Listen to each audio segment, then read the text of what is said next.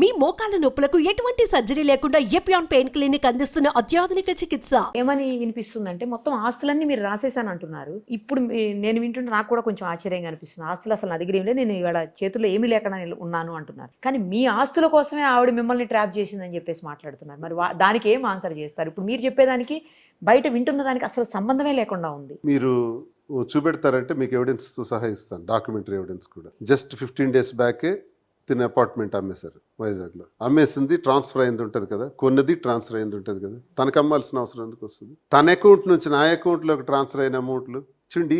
ప్రజలు ఏమనుకుంటారు, నా దగ్గర 500 కోట్లు ఉంది, 1000 కోట్లు ఉంది, నేను ఇంట్లో పెట్టాను. అది జగన్ దయ వల్ల. నేను పోర్టు మూలపేట రావటం, మూలపేట పోర్టులో south break waters, north break waters, ఇవన్నీ కూడా సప్లై కాంట్రాక్ట్ నేనే చేశాను. నా ఎఫిడవిట్లో కూడా రాశాను. ఎమ్మెల్యేగా నేను పోటీ చేసేటప్పుడు ఎఫిడవిట్లో కూడా రాశాను. ఇన్ని కాంట్రాక్ట్స్ నేను చేశాను. ఆ కాంట్రాక్ట్స్ గ్రావెల్ కానీ, బౌల్డర్స్ కానీ ఇవన్నీ నేను చేశాను. నా ఉన్న మైన్స్ కానీ, వీటన్నిటి ద్వారా వచ్చింది ఏదో కొంత మిగిలితే ఇంటి నిర్మాణం చేశాను. అందులో కొన్ని 100 కోట్లు ఉన్నాయన్నది ఒక అపోహ కల్పించి ఆ డబ్బా ఆశించి మాధురి నా దగ్గరికి వచ్చారని. బట్ ఫ్యాక్ట్ ఈస్ మాధురి ఆస్తుల్ని ఇప్పుడు అమ్మి వ్యాపారం చేస్తారు. ఇంకొకటి కూడా ఉందండి, ఏంటంటే ఎలక్షన్ టైంలో అంతా ఆవిడ చాలా ఫుల్ ఫైనాన్షియల్ గా స్ట్రాంగ్ ఉన్నారు. ఆవిడే మీకు అప్పుడంతా కూడా, ఎందుకంటే ఎలక్షన్ టైంలో బయటికి తీలేరు కదా డబ్బులు రాజకీయ నాయకులు ఎక్కువగా, సో ఆ డబ్బంతా ఆవిడే పెట్టారు మీకు. అందుకోసమే మీ ఇద్దరి మధ్యన ఈ రిలేషన్ అనేది స్టార్ట్ అయిందని కూడా వినిపిస్తుంది. ఎలక్షన్ ముందు ఒక 2 crores వరకు ఈమె నాకు ఖర్చు పెట్టింది ఎలక్షన్ ముందు. అది నేను ఇదివరకు కూడా చెక్స్ తో సహా చూపించడం జరిగింది. ఆ ఎవిడెన్స్ కూడా క్లియర్ గా చెప్పాను. ఎలక్షన్ ముందు ఖర్చు పెట్టారు దాన్ని. ఇప్పుడు ఒకటేనండి, ఇల్లు ఎందుకు మాధురికి రాశారు అని అనుకుంటారు చాలా. ఎలక్షన్ ముందు నాకు ఆమె 2 crores ఖర్చు పెట్టింది, నేను ఇవ్వాలి కదా. ఒకటి, అమ్మాయి రోడ్డు మీద ఉంది. 2, నా కోసం ఖర్చు పెట్టేసింది. దీనికి ఒకటే ఉద్దేశం ఏంటంటే, నా వల్లే కదా Duvvada Srinivas political life damage అయింది. ప్రజల్లో కానీ, పార్టీ ముందు కానీ, నాయకుడి ముందు కానీ. అదే డ్యామేజ్ ఎక్కడ జరిగిందో అక్కడే మళ్ళీ తవ్వుకుంటాం, మళ్ళీ అక్కడే నిలబెడతాం, మళ్ళీ అక్కడే సక్సెస్ చేస్తాం అన్న కాన్సెప్ట్ ఇప్పుడు దాన్ని తీసుకుంది. ఆ తీసుకునే దానిలో నాకు భరోసాగా నిలబడుతుంది. ప్రజలు, కార్యకర్తలకి తనకి దగ్గర అవుతుంది, పరిచయం అవుతుంది. ప్రతి గ్రామానికి వెళ్ళటం, కలుసుకోవటం, ప్రతి కష్టానికి నిలబెట్టడం, శ్రీనివాసుని మనం ఎలాగైనా నిలబెట్టుకోవాలి, మనం గెలిపించుకోవాలనే ఒక లైన్ ప్రజల్లోకి తీసుకెళ్తూ భరోసాగా ఉండి ఈరోజు కొత్త జీవితాన్ని ప్రారంభించడం జరిగింది పొలిటికల్గా. ఇందులో భాగంగా ఎలక్షన్ ముందు ఆమె పెట్టినటువంటి ఖర్చు, ఈమె చూస్తే ఇంటికి తాళం వేసేసిన పరిస్థితి వాణి. నాకు మిగిలింది ఆ ఒక్క బిల్డింగే. ఆ బిల్డింగ్ని కూడా నాకు ఇచ్చేయండి అని తన ఇంటి మీదకి దాడి చేసి 4 రోజుల పాటు ఈ బిల్డింగ్ నుంచి బయటకు వెళ్ళాలని చెప్పి మీకు జరిగిన రచ్చంతా మీరు చూశారు. ఆ రచ్చలో నేను మాధురికి ట్రాన్స్ఫర్ చేశాను. ఎందుకు చేశానంటే, నేను ఆ బిల్డింగ్ ట్రాన్స్ఫర్ చేయకపోతే ఈ 2 కోట్లు ఎవరిస్తారు? ఎన్నికల ముందు తను ఖర్చు పెట్టిన ఖర్చు. ఒకవేళ అది వాణికి పోతే నేను ఎక్కడ ఉండాలి? వాణి నాకు మళ్ళీ ఇంటికి తాళం వేస్తుంది, నేను ఎక్కడ ఉండాలి? ఇవన్నీ జరగకూడదంటే ఈ ఆస్తి ట్రాన్స్ఫర్ చేయాలని ట్రాన్స్ఫర్ చేశాం. ఇప్పుడు అక్కడి నుంచి ప్లాన్ చేసుకుంటా ఈ స్థితికి ఇలా వచ్చాం. ఖచ్చితంగా రానున్న రోజుల్లో 1 పిల్లలు, 2 ప్రజలు, ఈ 2 కాన్సెప్ట్లు 2 కళ్ళ తీసుకొని ముందుకెళ్తాం. తప్పకుండా విజయం సాధిస్తాం.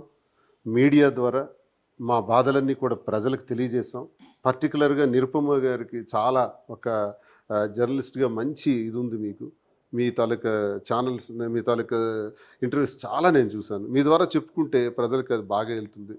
ఒక సిస్టర్లా నాకు కనబడ్డారు సోదరిమణిగా. కాబట్టి నా విషయాలన్నీ కూడా మీకు నేను స్పష్టంగా తెలియజేస్తున్నాను. ఇందులో చాలామంది ట్రోలర్స్ ఇష్టానుసారంగా ట్రోల్ చేస్తుంటారు. మేమేదో డబ్బుల కోసం, లేకపోతే వయసులను ఆలోచించో మేము చేయలే. మా అవసరమే మాకు ఈ స్థాయి ఈ పరిస్థితులు. Necessity knows no law. అవసరానికి చట్టం ఉండదు, న్యాయం ఉండదు, ధర్మం ఉండదు. అవసరమే మనల్ని అలా తయారు చేస్తాం. ఇది అవసరం, ఇది చేసాం. చట్ట ప్రకారం మీరు చేయొచ్చా, న్యాయ ప్రకారం మీరు చేయొచ్చా నేను కెలికితే, చట్ట ప్రకారం ఎప్పుడు సుప్రీంకోర్టు యాక్సెప్ట్ చేసింది దాన్ని. అది మేమంటే వీళ్ళు ఇది వాడుకుంటున్నారు అంటారు. మేము వాడుకోవటానికి ప్రయత్నించాల, అది వాడుకోవటానికి ప్రయత్నించాల.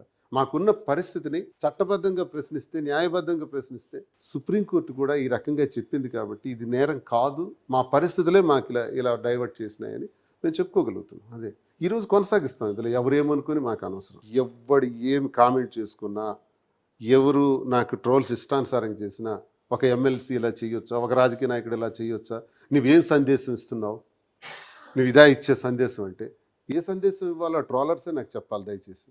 ఎందుకంటే నా పరిస్థితులన్నీ ఎక్స్ప్లెయిన్ చేశాను. మీ వల్ల ఈమె నడి రోడ్డు మీద వెళ్ళేయమంటారా, ఈమె జీవితాన్ని నాశనం చేసేయమంటారా? మా కుటుంబం కదా రోడ్డు మీదకి తీసుకొచ్చాం. హాయిగా బ్రతుకుతున్న వాళ్ళని తెచ్చి నాశనం చేసి ఆమెకు స్టాంప్ వేసేసి వదిలేనా? వాణి వదిలేసినట్టు నేను వదిలేనా? మరి మా పిల్లలతో మేము బాగుంటాం, ఆమె పిల్లలతో ఆమె అవ్వాలి. కాబట్టి ఈ నిర్ణయం తీసుకున్నాను. ఈ నిర్ణయంలో అర్థం ఇదని మీకు నేను తెలియజేస్తాను. మీరు చెప్పే ప్రతి మాటలో కూడా ఒక ఆర్ద్రత అర్థమవుతోందండి. ఎక్కడ కూడా మీరు అబద్ధం ఆడుతున్నట్టు అయితే నాకు అనిపించట్లా, నిజాయితీగా మాట్లాడుతున్నట్టే కనిపిస్తోంది మిమ్మల్ని చూస్తుంటే. బట్ కనబడే పరిస్థితులు వేరే కనపడుతున్నాయి, జరిగేదేమో వేరే కనిపిస్తోంది. అది కొంచెం కన్ఫ్యూజన్ గురయ్యేటువంటి పరిస్థితులు ఉన్నాయి అందరికీ కూడా. అదే అందరూ అర్థం చేసుకోవాలి. మేము తిరగటం, మేము కూర్చోవటం, మీరు ఇలా కలిసి ఉంటామని చూసి అపార్థం చేసుకుని మాట్లాడుకోవటం కాదు. దయచేసి మీకు మేము చేసిన తప్పు అనుకుంటే దీనికి ఒక 1600 మందితో ఒక యూట్యూబ్ ఛానల్ ఉండేది గొడవ జరగక ముందు రోజు వరకు. ఈ గొడవ జరిగిన తర్వాత 1,00,000 మంది ఫాలోవర్స్ అయ్యారు. అవునా మాధురి గారు? మానిటైజేషన్ మాదిరి మీ తెలుగు అమ్మాయి అనేది 1,45,00,000 వ్యూవర్షిప్ వచ్చేసింది. ఇప్పుడా వీళ్ళందరూ ఎందుకు పెరిగారంటారు? అసలు ఏంటి మీరు చూడండి, ఉంది అందులో. మాదిరి మీ తెలుగు అమ్మాయిని చూస్తే అందులో ఉంటాయి. ఎందుకు వచ్చింది ఇదంతా? మేము కార్ల మీద వెళ్తే పెద్ద పెద్ద వాళ్ళు వచ్చి సార్ ఒక్క ఫోటో సార్ అంటారు. బయటికి బయటికి వెళ్తే కూడా ఆపుతున్నారు. ఎక్కడికి వెళ్ళి 2 రాష్ట్రాల్లో తెలుగువాడు అంటూ ఉంటే వెంటనే వచ్చి ఒక ఫోటో కావాలి, సూపర్ సార్. ఏంటి మాకు జరిగింది ఏంటి, మేము చేసింది ఏంటి, వీళ్ళు ఫోటోలు ఎందుకు తీసుకుంటున్నారు? సూపర్ అంటున్నారు, మాకు అర్థం కావట్లేదు. మంచి నిర్ణయం అంటున్నారు, సూపర్ సార్. మేడం మీ డేరింగ్ సూపర్, మేడం సూపర్ అంటున్నారు. శ్రీనివాస్ గారు సూపర్ సార్ అంటున్నారు. మొన్న కాఫీ వెళ్ళాము షాప్ పర్చేస్ కోసం. అక్కడ యూపీ అమ్మాయిలు కూడా నా ఫ్యాన్స్ అంట. నార్త్ ఇండియన్ అమ్మాయి ఇద్దరికే ఫ్యాన్స్ అంట. పుష్ప 2 గంట 2 నాకంట చూపించి మరీ చెప్తున్నారు. వీడియోస్ కూడా ఉన్నాయి వాళ్ళు. యూట్యూబ్ మే बहुत अच्छा कैसे मालूम है आपको? मैं यूट्यूब में दिखा है. నార్త్ ఇండియన్ అమ్మాయి. మీరైతే మొత్తానికి total through out India popular అయినట్టు మాధురి గారు. చాలా హ్యాపీగా అనిపించింది. ట్రోల్స్ చేసుకుంటే చేసుకొని ట్రోలర్స్ 1000 మంది 2000 మంది ఉండొచ్చు, కానీ ఎందుకంటే ఎక్కువ ఉన్నట్టున్నారు. రాజకీయాల్లో ఉన్నాం కాబట్టి మేము టార్గెట్ చేసే మనుషుల తాలూకా అభిమానులు మాకు టార్గెట్ చేస్తారు, ఇది సహజం.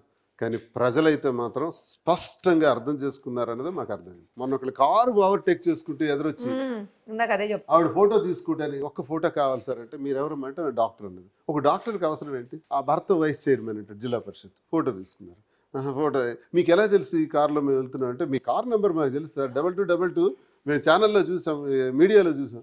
మా కార్ నెంబర్ నాకే గుర్తుండదు, వాళ్ళకి ఉంది. మా మీద అభిమానంతో రెస్టారెంట్స్ కి వెళ్తుంటే బిల్స్ కూడా కట్టద్దు అంటున్నారు వాళ్ళు. మేము మీ అభిమానులు బిల్స్ కట్టద్దు రెస్టారెంట్ లో.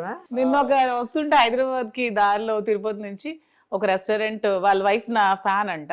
వాళ్ళ హస్బెండ్ నన్ను చూసి వాళ్ళ వైఫ్ కి కాల్ చేస్తే 30 కిలోమీటర్స్ ఆమె సెల్ఫ్ డ్రైవ్ చేసుకుంటూ వచ్చింది నన్ను కలవడానికి. ఎక్కడ రాత్రి 10:30 టైం. ఏ ఊరు? సత్తెనపల్లి గుంటూరు దగ్గర. సో దీన్ని బట్టి మేము చూస్తుంటే ఏమైందంటే, పాజిటివ్గా జనం మనల్ని రిసీవ్ చేసుకున్నారు. మనం తప్పు చేస్తామని జనం అనుకోవట్లా, మనం చేసిందంతా ఎక్స్ప్లెయిన్ చేస్తాను క్లియర్గా. నేనేంటో ఏది దాచుకోవాలా, ఇప్పుడు దాస్తా. నేను ఏదైనా రహస్యం ఉంచుతాను. మాధురితో ఎప్పుడైనా నేను కలిసి నన్ను ఎవరైనా చూస్తే ఎవరు అమ్మాయి అని అంటారు. నన్ను చూస్తే అతనితో మీకేంటి రిలేషన్ అడుగుతారా? ఎందుకు నేను రహస్యంగా ఉంచాలి? నాకు కుటుంబం, 2 పిల్లలు, 2 డాక్టర్స్, మాధురి నాకు తెలుసు, మీ ఇద్దరు ఈ రిలేషన్తో ఉన్నామని చెప్పడంలో తప్పే ఉంది. ఈ ట్రోలర్స్ అందరూ వాళ్ళ జీవితాలు తీస్తే, వాళ్ళ చొక్కాలు ఇప్పితే ఎన్ని మచ్చలు ఉంటాయో తెలుస్తుంది. మీ చొక్కాలు మీరు ఇప్పండి, దయచేసి విమర్శించేవాళ్ళు. మా చొక్కా విప్పి అన్ని చెప్పాం, మీరు మా అలా చెప్పగలరా? కామెంట్ పెట్టేవాడికి వాడింట్లో వాడి స్థితి దారుణంగా ఉంటది, కానీ కామెంట్ పెట్టేస్తారు, ఫ్యాషన్ అయిపోయింది.